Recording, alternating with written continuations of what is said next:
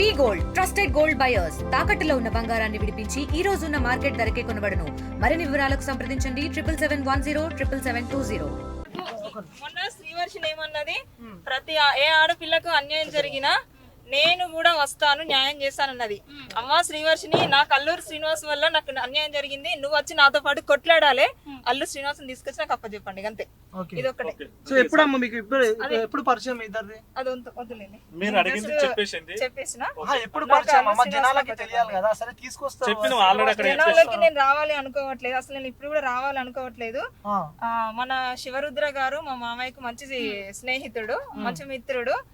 So మొన్న 2 days back ఆమె Varshini reveal చేసిందిగా నాకు పెళ్ళైందని చెప్పేసి.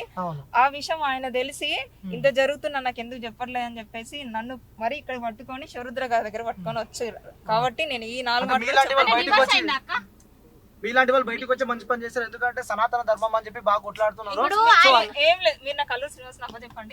ఏం చేస్తారు? సరే అమ్మ, అప్ప చెప్తే మీరు ఏం చేస్తారు? నెక్స్ట్ ఆప్షన్ అనవసరం, మీకు తెలుస్తుంది, ఆటోమేటిక్ గా తెలుస్తుంది అన్న. ఓకే, సో చివరిగా ఈ వీడియో చూసి అగోరి గారికి ఏం చెప్తారు? చివరిగా మన వీడియో చివరిగా ఏం చెప్తారు వాళ్ళకి? ఆల్రెడీ తనకు అర్థమైంది నా మాటలు వింటే. చివరిగా వాళ్ళకి చెప్పండి అమ్మ, ఏం చెప్తారు వాళ్ళకి? సో మన వీడియో చూస్తుంటే మీరు అక్కడ దగ్గరికి వెళ్ళలేరు కాబట్టి చివరిగా మనం వీడియో చూస్తుంటే వాళ్ళిద్దరికి ఏం చెప్తారు? వర్షినికి, అగోరికి, శ్రీనివాస్ గారికి.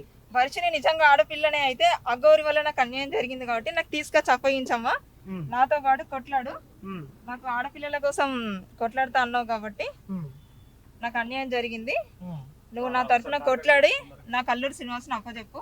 ఓకే, నెక్స్ట్ ఘనంగా పెళ్లి చేసుకోబోతున్నాం అంటున్నారు. మరి నెక్స్ట్ ఘనంగా పెళ్లి నేను చేస్తా, ఘనంగా పెళ్లి నేను చేస్తా.